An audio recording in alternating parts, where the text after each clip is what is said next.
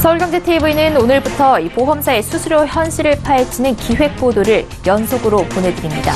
오늘은 그 첫 보도로 직장인 필수품이라 불리는 연금저축 상품의 수수료율이 왜 보험사마다 천차만별인지 알아봤습니다. 정부가 최저임금위원회 개편에 발을 벗고 나선 가운데 어떤 쟁점들이 오가고 있는지 이슈플러스에서 취재기자와 이야기 나눠보겠습니다. 서울 송파구 헬리오시티 아파트 단지 일부 집주인들이 세입자를 받아놓고 이들에게 전입신고를 하지 말아달라는 불법적인 요구를 하고 있어 그 이유를 알아봤습니다. 뉴스플러스 잠시 후 뵙겠습니다.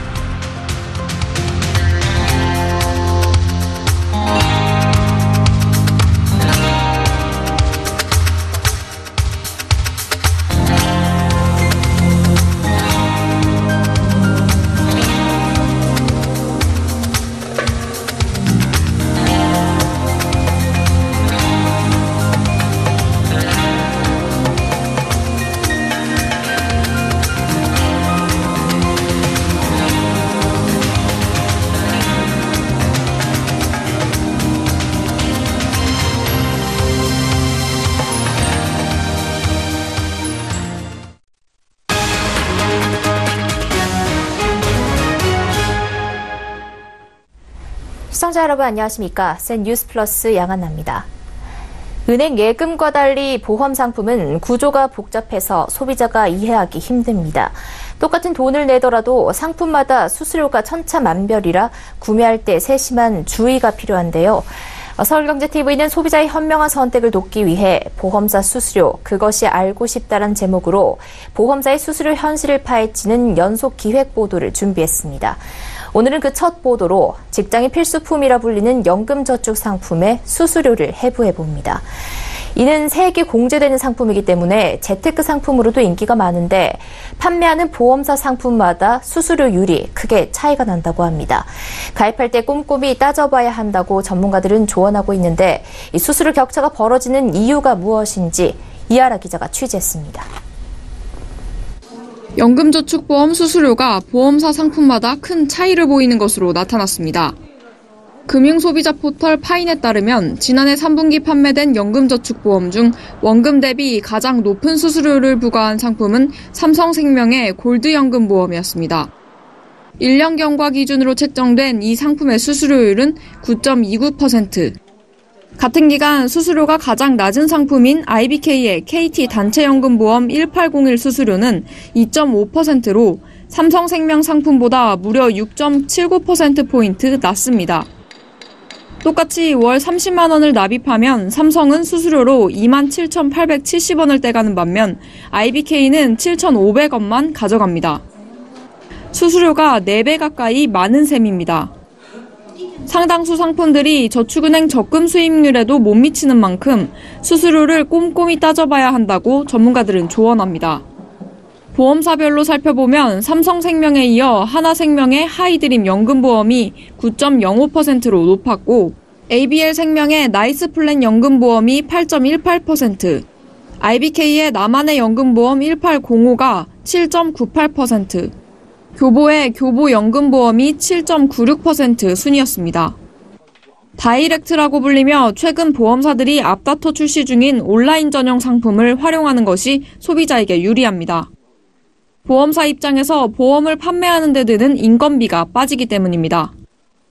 보험협회의 보험상품 비교 공시를 조회해서 각 회사의 연금저축 상품 약관을 꼼꼼히 살펴보신 다음에 본인에 맞게 상품 가입을 하시면 되는데 다만 모바일이나 인터넷 채널을 통해 가입할 경우에는 보다 낮은 수수료로 지난해 3분기 생명보험사 중 연금저축보험을 판매한 곳은 14곳이었으며 이들이 판매한 상품은 52종류였습니다. 서울경제TV 이하라입니다.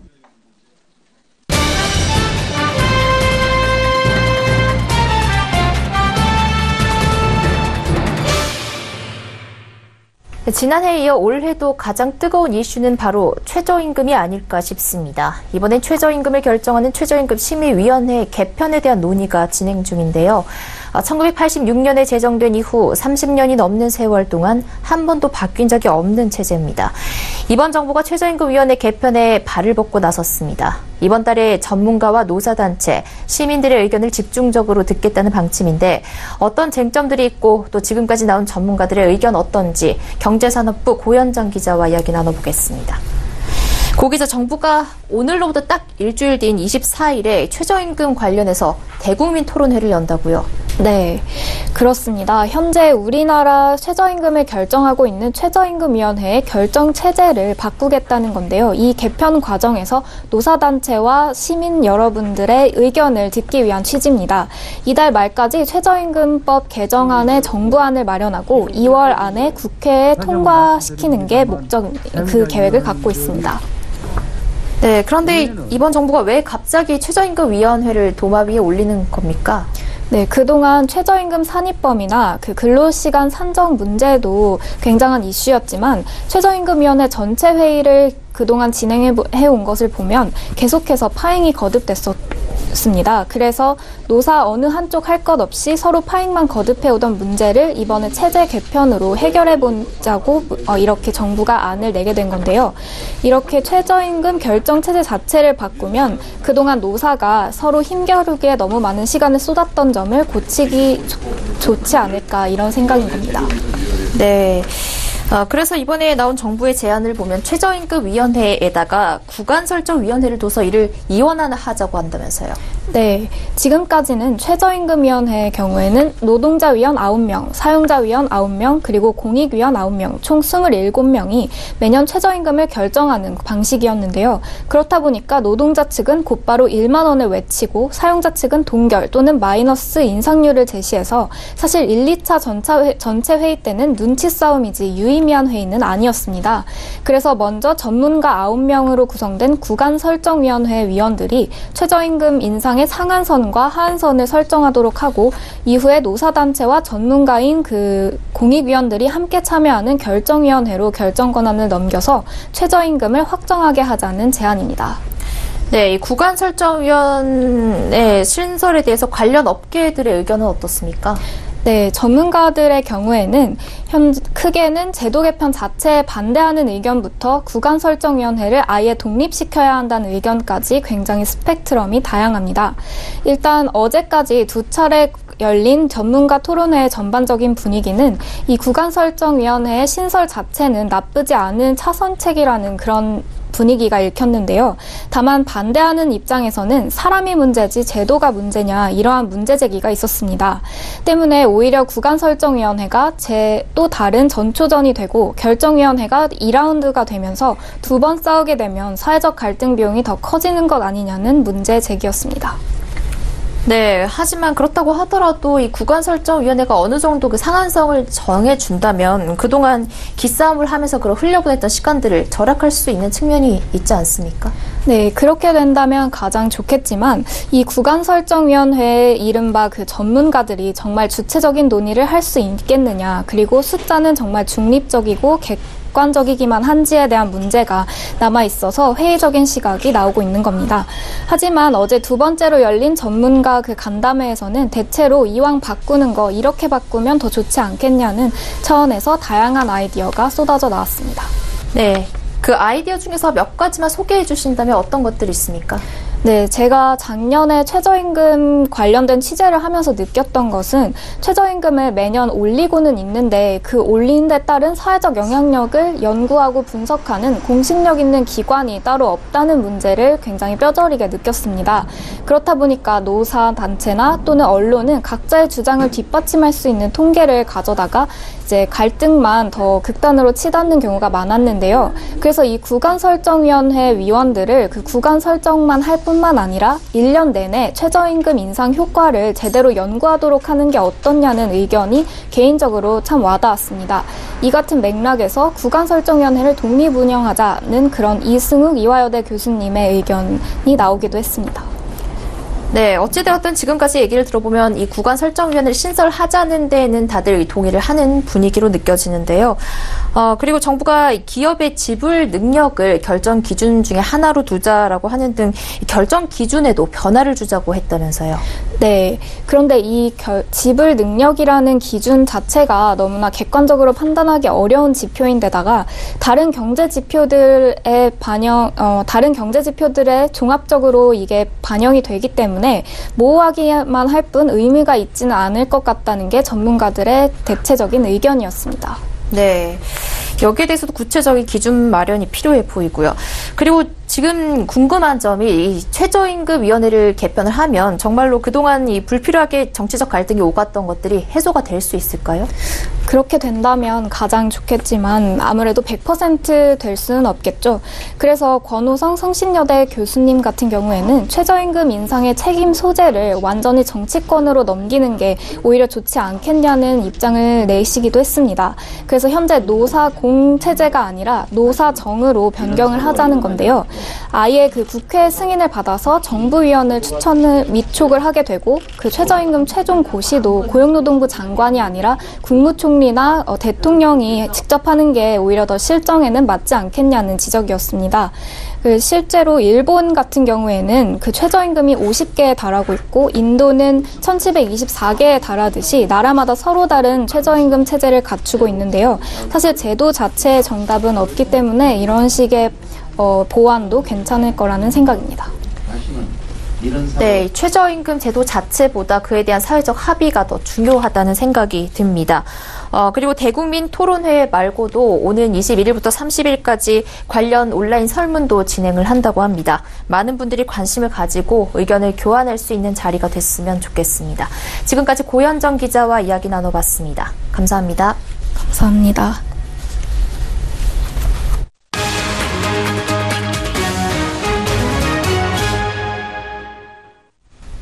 월세로 들어온 세입자에게 전입신고를 하지 말아달라고 요청하는 집주인이 있습니다. 대신 살지도 않는 집주인이 전입신고를 하는 겁니다. 집주인이 이렇게까지 하는 건 2년 실거주 요건을 채워야 양도세 비과세 혜택을 받을 수 있기 때문입니다.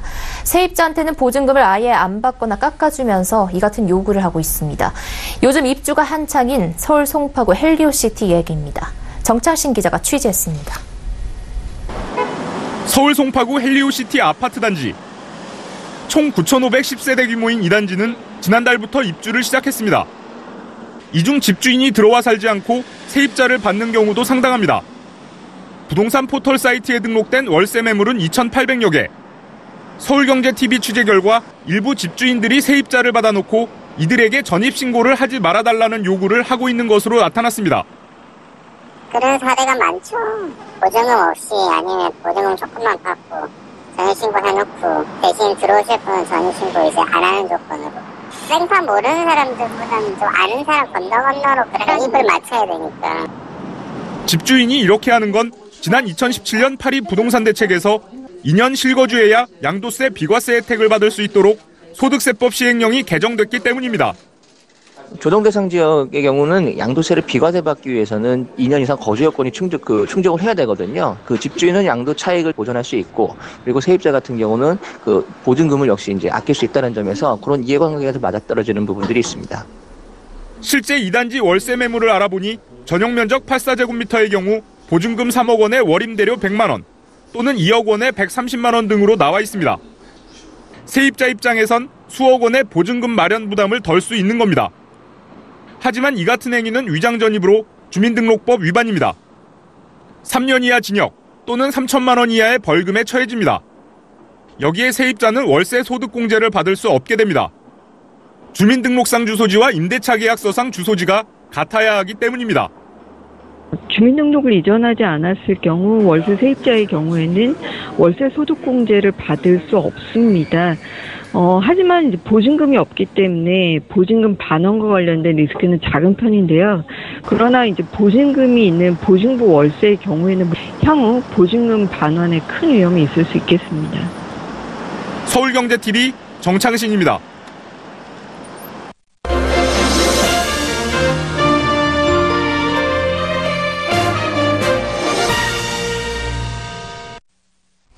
첨단 소재기업 첨보가 오늘 기자간담회를 열고 현재 7억 5천만 원 수준인 1인당 매출을 2020년까지 10억 원으로 늘리겠다는 포부를 밝혔습니다. 동종업계의 1인당 매출액 평균은 3, 4억 원입니다. 오는 2월 코스닥 상장을 앞둔 첨보는 액정 표시장치 식가격 첨가제와 의약품 중간체 등을 개발하는 업체입니다. 첨보가 특히 강점을 보이는 분야는 전해질과 전액 첨가제 등 2차 전지 소재입니다. 2차 전지는 전기차나 에너지 저장 장치 등에 쓰이는 부품으로 첨보는 전기차용 2차 전지 핵심 전해질 3종을 양산한 뒤 상용화까지 성공했습니다. 글로벌 전기차 시장이 지난 2016년 300만 대 미만 수준에서 오는 2025년 2200만 대 수준으로 증가할 것으로 관측되는 만큼 2차 전지 소재에 대한 수요도 급성장할 것으로 첨보 측은 기대하고 있습니다. 이상일 첨보 대표는 현재 글로벌 회사가 공급 중인 배터리 전해질 첨가제 시장을 자사의 전해질 3종이 점진적으로 대체할 수 있을 것이라며 삼성과 SK, LG 등 국내 주요 기업과 함께 중국은 물론 유럽과 미국에도 진출해 매출 성장을 계속 이뤄갈 것이라고 강조했습니다. 첨보는 이날 중국 외 해외 시장 진출을 통해 2017년 351억 원이었던 수출액을 오는 2020년까지 1,000억 원으로 만들겠다는 목표를 밝히기도 했습니다. 지난해 1분기부터 3분기까지 집계된 첨보의 당기순이익은 148억 5,100만 원으로 2016년 125억 6,500만 원과 2017년 148억 2,200만 원 기록을 이미 넘었습니다. 오는 28일에서 29일 청약을 앞둔 첨보의 희망가액은 3만 5천 원에서 4만 원으로 주관사는 하나금융투자입니다. 정부가 혁신성장 동력이자 친환경 에너지 원동력으로 꼽히는 수소경제 활성화를 위해 수소차 누적 생산량을 오는 2040년까지 620만 대로 늘리고 수소 충전소도 전국에 1,200곳으로 확대한다는 계획입니다.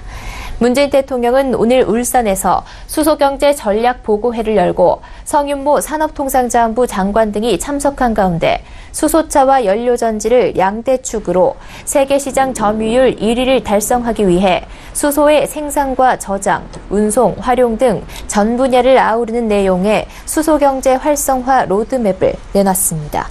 이를 위해 현재 14곳에 불과한 수소 충전소도 오는 2040년까지 1,200곳으로 늘리기로 했습니다. 정부는 이를 통해 현재 2,000대 수준인 수소차 누적 생산량을 오는 2040년엔 620만 대까지 확대할 수 있을 것으로 보고 있습니다. 또 이산화탄소 배출이 전혀 없고 도심에 소규모 설치가 가능한 친환경 발전용 연료전지를 오는 2040년까지 원전 15기 발전량에 해당하는 15기가와트급까지 확대하기로 했습니다. 정부는 수소경제 활성화를 통해 미세먼지 저감을 비롯해 재생에너지 이용 확대 등 친환경 에너지 확산과 에너지원 다각화를 바탕으로 해외 에너지 의존도 감소 등 에너지 자립에도 기여할 수 있다고 보고 있습니다.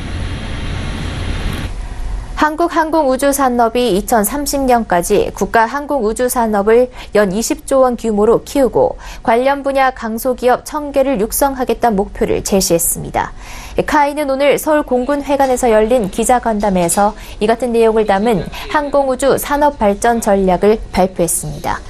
김조원 카이 사장은 항공우주산업 발전 전략이 실현되기 위해서는 정부와 지자체, 산업계 협력을 통한 새로운 상생 모델 구축이 절실하다며 카이는 지속해서 핵심 역량을 확보하고 경쟁력을 강화해 항공우주산업의 성장을 견인하겠다고 말했습니다. 또 김 사장은 창사 20주년을 맞아 올해를 생존과 지속가능한 성장을 위한 원년으로 삼고 경영 시스템의 고도화, 미래 성장 동력의 확대, 지속적인 핵심 역량 강화와 근본적인 체질 개선으로 성장과 내실 경영의 토대를 마련하겠다고 밝혔습니다. 카이는 국내 항공우주산업 발전을 위해 신규 협력 업체도 계속 발굴할 예정입니다. 작년 전담 조직을 신설해 항공우주 분야의 협력업체 110개를 새로 발굴하고 협력업체를 330여 개로 늘렸습니다. 카이는 민수기재 구조물 분야에서 최상위 업체로 성장하는 한편 민항기 시장 성장에 맞춰 코리아 브랜드의 민수 완제기 개발을 추진할 계획입니다. 세계 항공우주산업은 군수시장 정체가 예상되는 반면 민수시장은 세계 경제 성장과 교역 활성화로 지속적인 성장이 예상되고 있습니다. 새로 개발할 항공기 핵심 기술을 고객사와 공동 개발하고 향후 한반도와 아시아에 적합한 코리아 브랜드의 100석급 이하 중형기를 개발하는 방안을 구체화할 계획입니다. 또 4차 산업혁명 시대를 맞아 세계적으로 수요가 급속히 증가할 것으로 예상하는 무인기를 다양화하고 개인용 무인 이동체 개발을 통해 미래형 무인 이동체 시장을 개척한다는 계획입니다. 채무 상환에 곤란을 겪는 주택담보대출 채무자들이 법원 개인회생의 신용대출 채무조정과 신복의 주담대 채무조정을 동시에 병행할 수 있게 됩니다. 살고 있는 집이 경매로 넘어가는 등 주택상실 우려 없이 안정적으로 채무를 상환할 수 있게 되는 겁니다.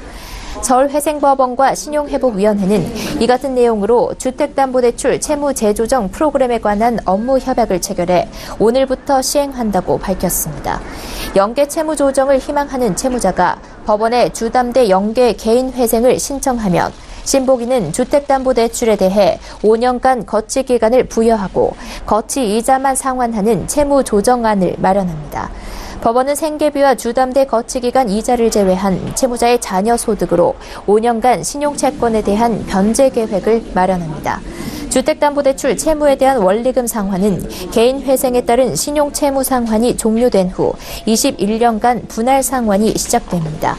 연계 채무 조정은 당분간은 주소지나 사무소, 근무지 등이 서울인 경우만 가능하며 법원과 신복위는 시행 추이를 본 후 적용 지역 확대를 검토합니다. 삼성전자가 냉방과 공기청정 성능과 인공지능 기능을 강화하고 디자인을 업그레이드한 2019년형 무풍 에어컨을 출시했습니다. 우선 냉기를 뿜어내는 하이패스팬 3개에 바람을 멀리 보내주는 서큘레이터 팬까지 장착해 종전보다 넓은 공간에 빠르게 바람을 순환시켜줍니다. 또 공기청정기의 기능도 업그레이드했습니다. 이 헤파 필터를 적용해 지름 0.3마이크로미터의 미세 입자까지 99.95% 청정해줍니다. 여기에 일반적인 에어컨과는 달리 외부에 노출되는 바람에 문이 없고 우드, 메탈 등 소재가 적용된 디자인도 장점으로 꼽힙니다. 삼성돈자의 AI 플랫폼인 유빅스비도 탑재됐습니다. 사용자 목소리를 구분할 뿐 아니라 주거 공간에 머무르는 가족 구성원 조합에 따라 학습 결과를 바탕으로 선호하는 냉방 모드를 자동으로 선택해줍니다. 신제품 무풍 에어컨의 가격은 출고가를 기준으로 389만 원에서 665만 원입니다. 기술 스타트업을 전문으로 투자 지원하는 컴퍼니비가 지난 16일 넥시드 엑셀러레이팅 프로그램 파이널 데모데이를 열었습니다. 이번 데모데이는 컴퍼니비가 지난 5개월간 육성한 경기도 소재 스타트업 10곳을 위한 사업 연계 네트워킹 자리였습니다. 현장에선 클로복과 아티스츠카드, 지원 이내 오락실 등 스타트업 10개사의 최종 IR 발표도 진행됐습니다. 저작권이 만료된 전 세계 음원을 자동 필터링해 무료로 제공하는 클래식 매니저 서비스를 개발한 아티스츠카드의 정현승 대표와 트리가트 착시를 활용한 어드벤처 게임 트리가트 던전을 개발한 한상빈 지원 이내오락실 대표 등 많은 이들이 참석했습니다. 주식회사 풀다이브 테크놀로지는 사물의 부피감과 경질감을 단순 진동 방식이 아닌 실제 촉감처럼 구현하는 자사의 글로벌 기술을 현장에서 직접 소개하기도 했습니다. 경기도 콘텐츠진흥원 투자지원센터 넥시드는 경기도 스타트업의 생태계 발전을 위한 스타트업 펀드에 출자하는 형태로 간접 투자하고 스타트업과 투자자를 연결해주는 프로그램을 운영하고 있습니다. 실제 네오코믹스 주식회사는 넥스트 엑셀러레이팅 프로그램 중 인도네시아 최고 웹툰 플랫폼 짜요우든과 MOU를 맺고 신용보증기금에서 자금을 유치하는 성과를 내기도 했습니다. 지원인의 오락실은 육성 기간 내 구글 인디게임 부분에서 대상을 수상했고 아티스트 카드는 30만 다운로드를 달성한 바 있습니다. LG전자의 초경량 노트북 그램 17이 세계에서 가장 가벼운 17인치 노트북으로 기네스북에 등재됐습니다. KT가 충남 서산 현대모비스 주행시험장에 5G 통신망을 구축하고 앞으로 현대모비스와 함께 커넥티드카 기술 개발에 본격 착수한다고 밝혔습니다. 신기술과 신산업 진흥을 위해 각종 규제를 면제 또는 유예해주는 규제 샌드박스가 오늘부터 본격 시행됐습니다. 삼성서울병원과 가톨릭대 의대 연구팀 등에 따르면 부모가 근시인 경우 자녀도 근시 위험이 높다는 조사 결과가 나왔습니다. 센 뉴스 플러스 여기까지입니다. 시청해주신 여러분 고맙습니다.